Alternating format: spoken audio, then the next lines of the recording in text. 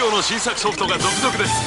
中世を舞台に繰り広げられるファンタジックアクションザ・フォード。ルール無用の超過激バイクレースロードラッシュ。ハリウッドからの傑作インタラクティブシューティングショックウェーブ。それにしても迷いますね博士。あれ博士なんか言った？超ゲーム体験 3D オーリアル。 Panasonic。Video. I don't understand sign language.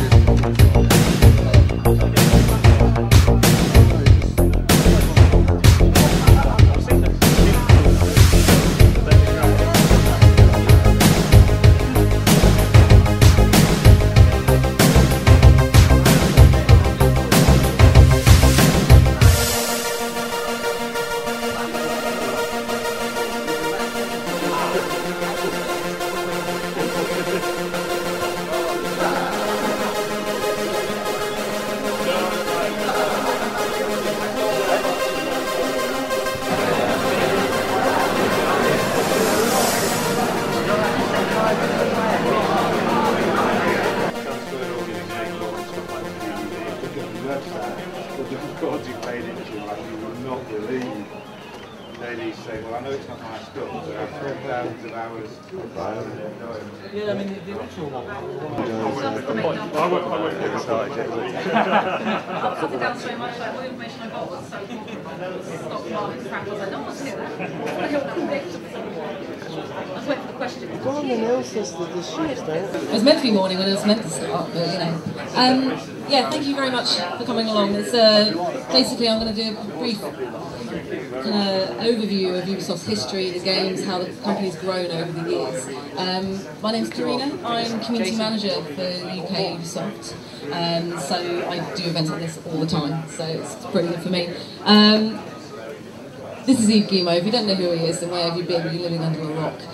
He is the founder and CEO of UBISoft. He started the company with his 4 brothers, so let me make sure I get this right. Claude, Michel, Gerard and Christian, and that was back in 1986. That's when the company was born. They basically started the company in their living room and worked just together. It was really cool.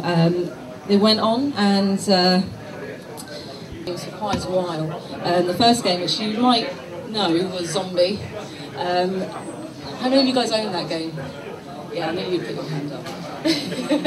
And good man. But yeah, so the first one was Zombie, with our lovely little logo at the bottom. Not quite the spirally, purpley, horrible thing we've got at the moment, but it's all good. That's the first in-house game that UBISoft produced. We've got Twin World. How many you guys must own some of these games? Puffy's Saga. Come on, how obscure is that? Oh, it's so ridiculous. I mean, come on, it's a little dude fighting dragons. I mean, what is he? Is he an egg? Is he a... Can you... Yeah.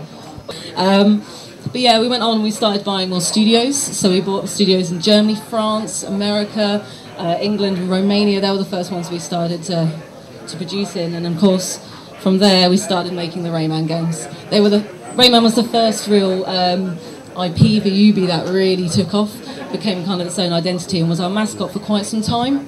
And it's kind of developed into the Rabbids kind of franchise at the moment because it's quite big.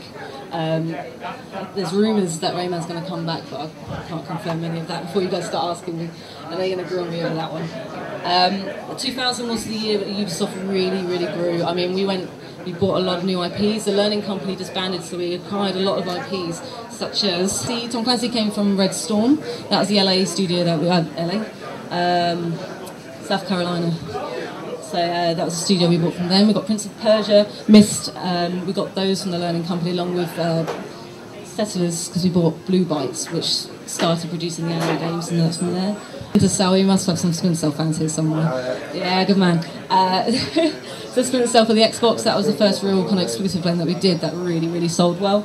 And of course, Peter Jackson's King Kong, which sold ridiculous amounts because it was one of the first games for the Xbox. So Ubisoft quite strived to be quite quick off the mark with new consoles, which is, I think, a lot of the reason why it survived so well over the years. Got a little way to get to EA standards, but we're getting there. We own about 25 studios now. It's about 4,000 or 5,000 people across all those studios. It's a hell of a lot of people. It's great. Most of them are in-house dev studios. We've obviously acquired other studios, so it's Dusseldorf. And of course, if you look at Red Storm, they're kind of the dev studios that we've acquired over time have just helped us build our IPs. And any questions? That was a bit of a quick overview for you, but it pretty much covers everything. Anything that you want to ask? I see you looking at me. Go on. Go on. Yeah, are there any really early games that Ubisoft are going to go back to? Early games that we're going to redo? Yeah. There's no plans at the moment. I know we're getting a lot of IPs such as Turtles in Time, because we will make that one for the celebration that's happening this year. I don't think there's any new plans. I don't know if they're going to pick up any Raymans or release anything extra for the new games on demand for like Xbox and such. It would be nice if they did, because there's a lot of classic games that have been very good. Any other questions? Beyond Good and Evil 2? I knew someone was going to ask about that. Beyond Good and Evil 2. Beyond Good and Evil 2 is on hold officially at the moment, as he kindly told everybody without telling any of the PR, which is useful. But no, yeah, it's on hold at the moment. The video that was released 2 E3s back, I think we must have seen the experience video. I think that was to replace the Splinter Cell video that didn't happen. It was lovely because it caused us a lot of stir in the house, which was lovely. But no, it's looking good. But at the moment, I think it's on hold for Rabbids, which is the primary kind of export from Montpellier Studios. Any other questions? Are there any more Turtles games in development? Turtles games? Turtles in Time. At the moment, we've got Turtles in Time, Smash Up. Smash Up's out in a couple of weeks. It's quite good. If you want to go play it, it's there. Bit of a plug there. We've had Turtles IP for quite some time. We did the original Turtles game for the Xbox, which sold reasonably well. It was quite a fun game. Most people play it, I think, because there's an easy 1000G attached to it, but it's actually quite a nice game. I don't think there's any plans at the moment, but it would be nice since I'm a bit of a Turtles fan girl myself, so it'd be good to have those kind of things coming through. Ubisoft supporting an event like this. There have been many of these events in the past, and the big companies haven't really embraced it in the way that Korina has. So, can we give Korina a round of applause? Hi, I'm Nigel Mansell, and you know, I'm not the type of guy who buys his family presents that he really wants for himself. That's why I bought my wife Nigel Mansell's World Championship game from Nintendo. You have to choose the right tyres, pit stop, and race against the best drivers in the world. It's just like the real thing, and my wife loves it. Right, darling? Hi, it's very realistic, Nigel. My little girls love it too. Right, twins? Completely true. Hey, even my dog loves it. Right, Fang? Woof.